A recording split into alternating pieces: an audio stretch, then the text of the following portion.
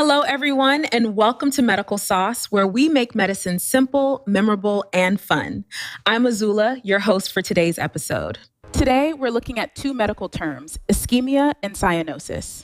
To help us break them down, I'm joined by Dr. Momo. Welcome, doctor. Thank you, Azula. And this is an important distinction because ischemia describes inadequate blood flow, while cyanosis describes a bluish discoloration of the skin or mucous membranes. Both relate to oxygen issues, but describe very different things. Momo, let's start with ischemia. What exactly does it mean? Ischemia means inadequate blood flow to a tissue or organ, resulting in insufficient delivery of oxygen and nutrients. The key word is blood flow. For example, imagine a road leading to a city. Right. Similarly, when a blood vessel becomes narrowed or blocked, less blood reaches the tissue. That tissue becomes ischemic. So ischemia isn't simply low oxygen? Correct. Ischemia primarily refers to inadequate perfusion. And because blood carries oxygen and nutrients, reduced blood flow can eventually cause oxygen deficiency and tissue damage. That makes sense. If ischemia is prolonged and severe, the tissue can die. That tissue death is called infarction. What might ischemia look like clinically?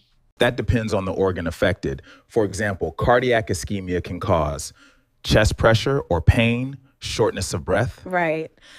If a limb becomes severely ischemic, you may see pain, pale or cold skin, weak or absent pulses, numbness, weakness, sweating. And if blood flow to the brain is interrupted, neurological symptoms can develop. So ischemia is not a single symptom. It is a problem of inadequate tissue perfusion. Now let's move to cyanosis. What does cyanosis mean?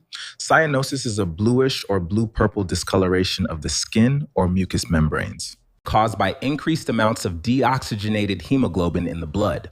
The easiest thing to remember is cyanosis equals blue. Yeah. You may notice it particularly around the lips, tongue, fingernails, skin. There are two major patterns we often discuss: central cyanosis and peripheral cyanosis.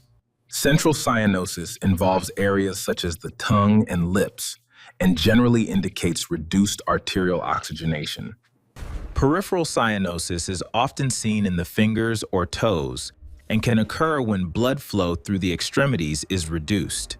So cyanosis is something we can actually see, while ischemia describes what's happening to blood flow? Exactly. That's the key distinction. Ischemia, inadequate blood flow to a tissue. Main problem is poor perfusion, pain, pallor, coldness, numbness, tissue damage, and eventually infarction. Cyanosis, bluish discoloration of skin or mucous membranes. Blue or blue-purple appearance in the skin often indicates increased deoxygenated hemoglobin, though the underlying cause can vary. Can ischemia cause cyanosis? Yes, particularly when reduced blood flow causes increased extraction of oxygen in the affected tissues. A poorly perfused limb may become bluish. Yeah. But remember, not every ischemic tissue becomes visibly cyanotic, and cyanosis doesn't automatically mean ischemia.